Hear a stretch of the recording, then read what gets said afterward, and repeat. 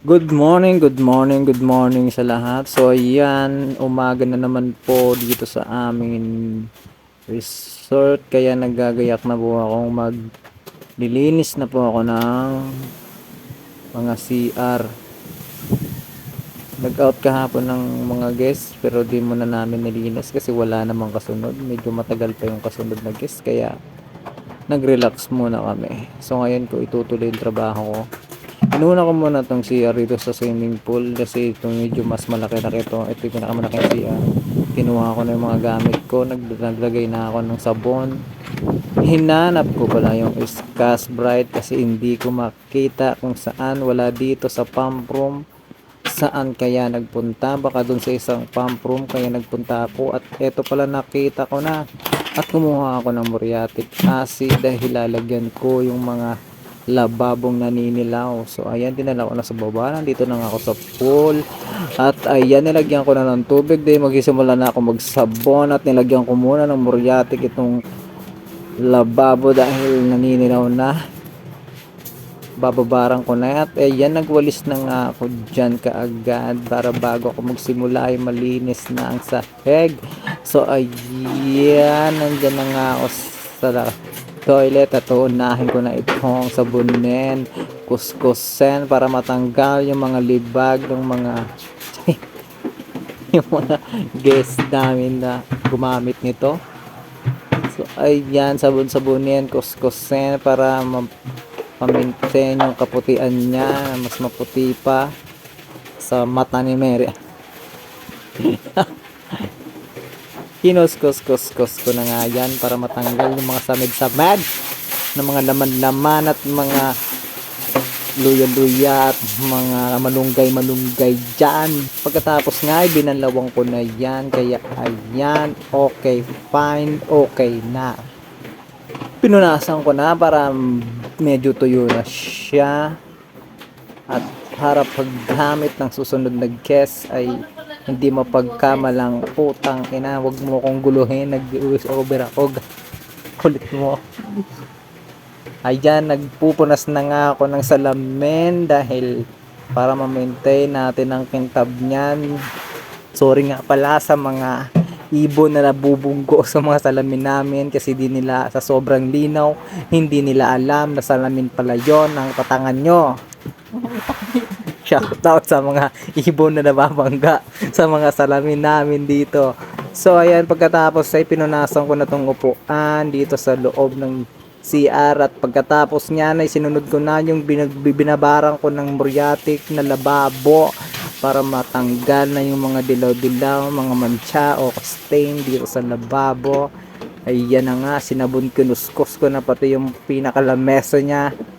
So, ayan na nga, patapos na ako dyan. Kaya ang susunod kong gagawin dyan ay putang ina, tagal naman, no?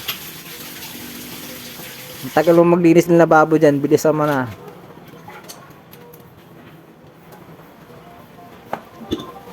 Putin, nagalan palalo. So, ayan na nga, binabarang ko ulit kasi may natirang mancha. Kinuha ko na yung tawag dyan, map, para mapin yung loob, para yung mga bakat-bakat ng mga puwet nila ay matanggal. Pati ilalim ng upuan ay minamap ko yan para yung mga alikabok ay matanggal. So nandito na nga ako sa taas, ay dalawang CR na maliit lang ito kaya mabilis lang ito sa akin, basic gaming lang to mga par. Inuna ko muna yan salamin na hindi pala, inuna ko pala yung toilet pero hindi ko na pinakita dahil alam nyo naman kung ano nung ginagawa doon. So ayan, tinira-tira ko na yung salamin pati mga lababo, ini-spray-sprayhan ko na, pinunasan ko na. Ayan na, mekos-mekos na yan mga insan. Ako na nga. Ayan na, lumipat na. Hindi pala ako lumipat, yung nagwalis pala ako ulit dyan. At pagkatapos niya, ay mamapin ko na yan. Ano ba yun? Putang ina, parang minap ko na yun ah. Ay hindi, inulit ko pa lang ng map kasi sobrang sipag ko. Ayan na, minap ko na pati ilalim para matanggal yung magagambang nagtatago at lumipat na nga ako dito sa isang CR. Sinabon-sabon ko na yung mga gripo, pati yung mga lababo, pati yung mga, ayan na, tangina na, bilis kasi. Inano ko na yung salamin. Pinunasan ko na naman yung salamin dito. Ito pa nga yung pangatlong CR, dalawang CR, gantong itsura. So ayan na nga at nagmamap na ako dyan kasi patapos na ako. Kailangan natin tong mapin para matanggal yung mga bakat. Kayo na bahala kung anong bakat ang iniisip nyo. Ayan, kinatkat ko na tong video kasi kung ibuo kong ipakita sa inyo ay aabot tayo ng 10 milyong taon. Lumipat na nga ako dito sa master at naabutan ko si Mary Ann na nagbe-beddings dito ng Makambruha. Ayan, nakababa pa yung ano ng damit niya, akala mo na nga akit, mukha namang igorot. So ito na nga at nandito na ako sa master bed bathroom.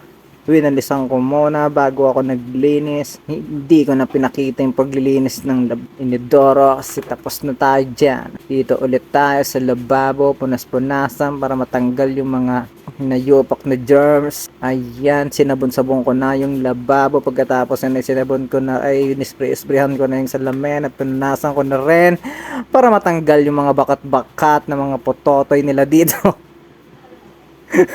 Totoy mo yun. Totoy nung mga naliligo dito sa CR. Ayan, kinuskus ko ng maigi, nilagyan ko ng glass cleaner para talagang makitab. At yung guest namin ay mabunggo din dito. At mangyayari lang yan kung tanga-tanga sila. Pati yung shower handle ay pinagpupunasan ko, pati yung mga bote ng shampoo at body wash, sinama ko na rin. So hindi pa kontento sa salamin at pinunasan ko din yung dalawang salamin. Lahat ng CR may dalawang salamin. Alright. Kaya ayan, wipe out, wipe in ko na yan. At pagkatapos nyan ay nagmap na ako. So ayan, inuna ko yung shower bathroom part at palabas na ako dyan. Tignan mo naman, napakakintab na at napakakinis na. Alright. Patapos na ako nyan. Sa pagkatapos ko ay lumabas na ako ng bayan. Thank you.